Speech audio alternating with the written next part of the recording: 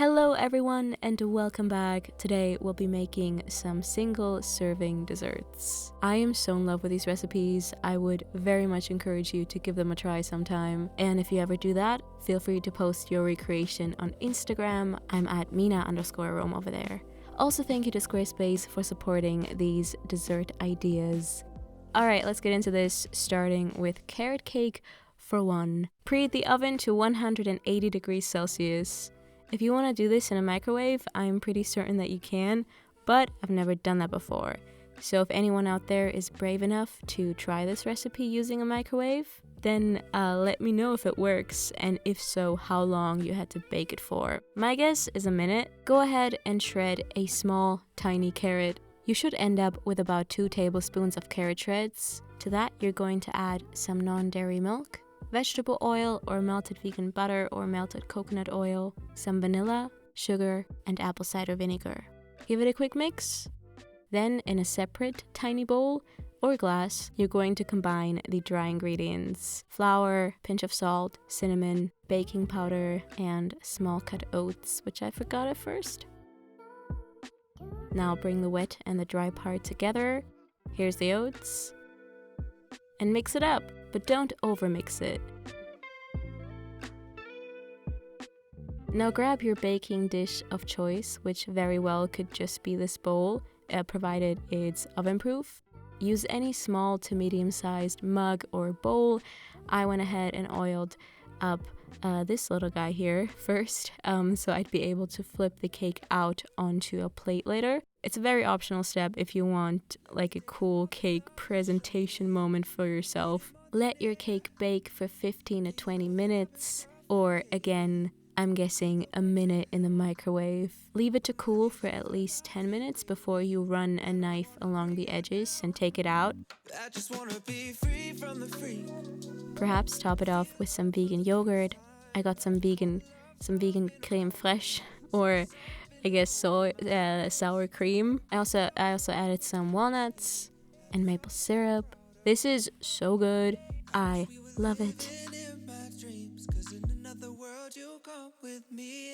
On to this next idea, which is for this apple pie cheesecake shake. There's 2 super simple things you have to do the night before. Let some cashews soak in a bowl of water and leave that in the fridge overnight, and then chop up 2 apples into thin slices. Wrap those slices up in some parchment paper and put them into the freezer.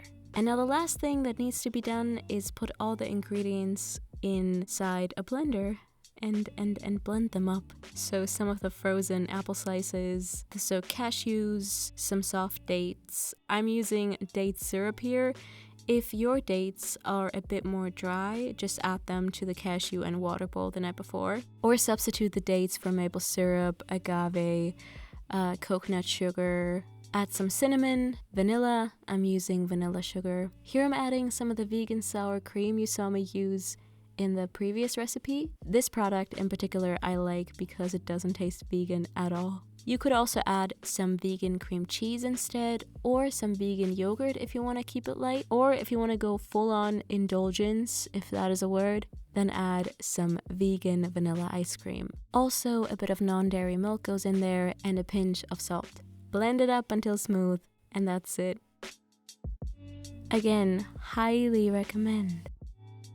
So for recipe number 3, I was originally gonna make a single serving chocolate pretzel. People on my Instagram might know that didn't go as planned for me. The dough just didn't want to keep its pretzel shape, but someone had the brilliant idea for me to just call these pretzel buns, and so that's what I chose to go with. Shout out to Nadine.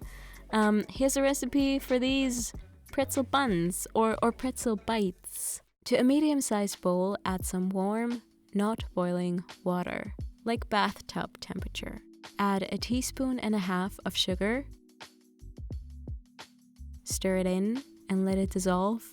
Then sprinkle over 1 teaspoon of dry active yeast. Don't mix that in, just let it sit on top of the water and sugar for about 10 minutes until it looks something like this. In a separate bowl, combine 60 grams or 1/2 cup of your spelt flour and salt. Then add this flour mix to the yeast bowl and mix it in thoroughly for a good minute or two.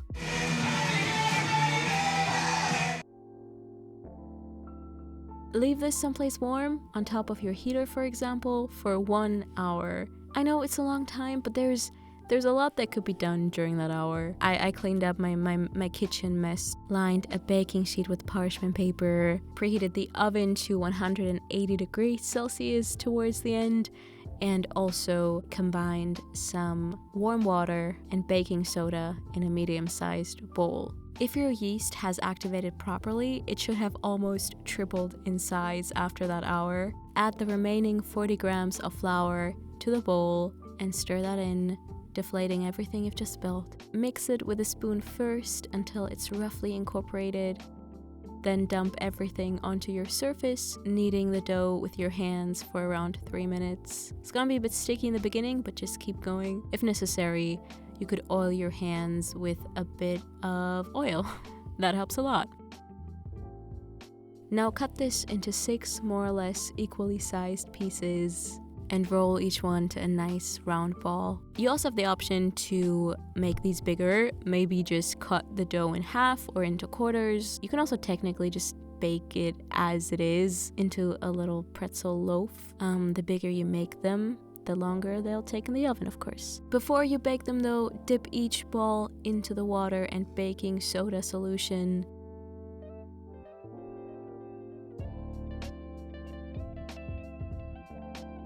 Here's where the dessert part comes into play. I poured over some dark melted chocolate. You can just simply dip your bites into the chocolate before you bite into them. I feel like that's less of a mess.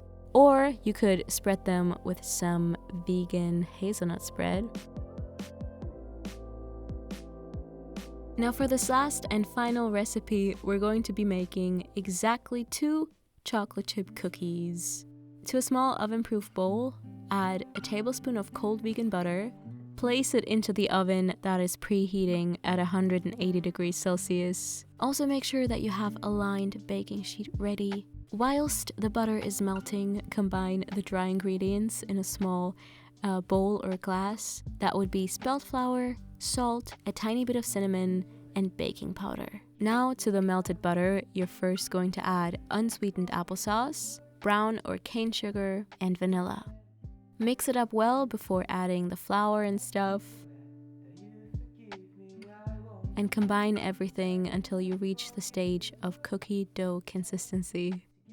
I cut up way more chocolate than was necessary for this. For anybody wondering, bittersweet chocolate should pretty much always be vegan, at least in Germany that's the case. Shape 2 cookies out of this mix. Flatten them with your hands because they're gonna rise a bit, and then bake them for 12 to 14 minutes until golden brown. They're thick, sweet and salty, chewy on the inside, and crispy on the outside. I love them. And that is it for today's ideas. If you enjoyed this video, you might also like this one, where I made a bunch of yummy and pretty healthy single-serving afternoon snacks. Big thanks to Squarespace for being my kind sponsor.